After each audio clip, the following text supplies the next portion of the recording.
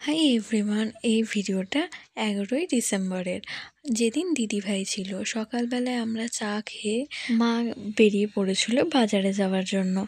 আর তার আগের দিন মা সব বাজার প্রায় করেই রেখেছিল, কারণ আমরা সেদিনকে দিদিভাইকে আইবুড়ো ভাত খাইয়েছি।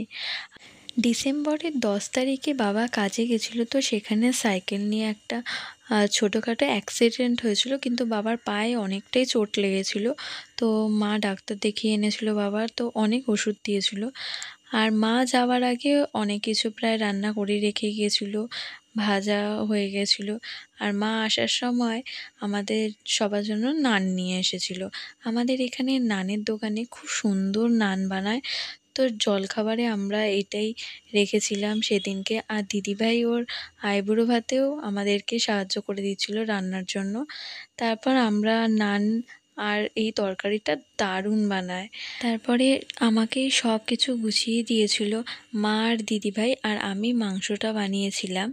তো মা এখানে চাটনি রান্না করছিল আর আমি মাংসটা বানিয়েছিলাম। তারপরেই মাংস রান্না করতে করতেই ছোটো বোনও চলে এসেছিলো, তো ছোটকা ওকে এসে দিয়ে গেছিলো।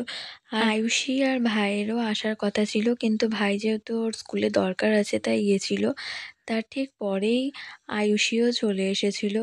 তো আয়ুষী তো খুব লাজুক, তাই দিদিভাইকে দেখে ও একটু বেশি লজ্জা পাচ্ছিল।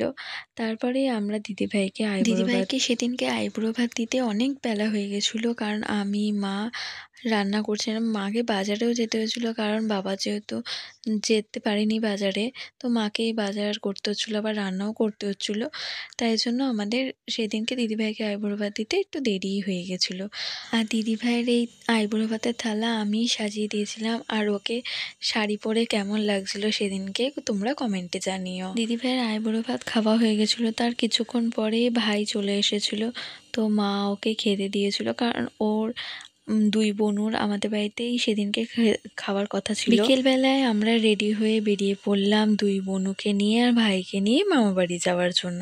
ওদেরকে বাড়িতে দিয়ে আসতে হবে। তো এই যে আমি দিদিভাই আমরা বেরিয়ে পড়েছিলাম ওদেরকে দিয়ে আসার জন্য। মা ছোটো মামার দোকানে যাবে, তাই জন্য আমরা একসাথেই গেলাম। তো মা আমাদেরকে মামাবাড়ির সামনে দিয়ে তারপর মামার দোকানে চলে যাবে।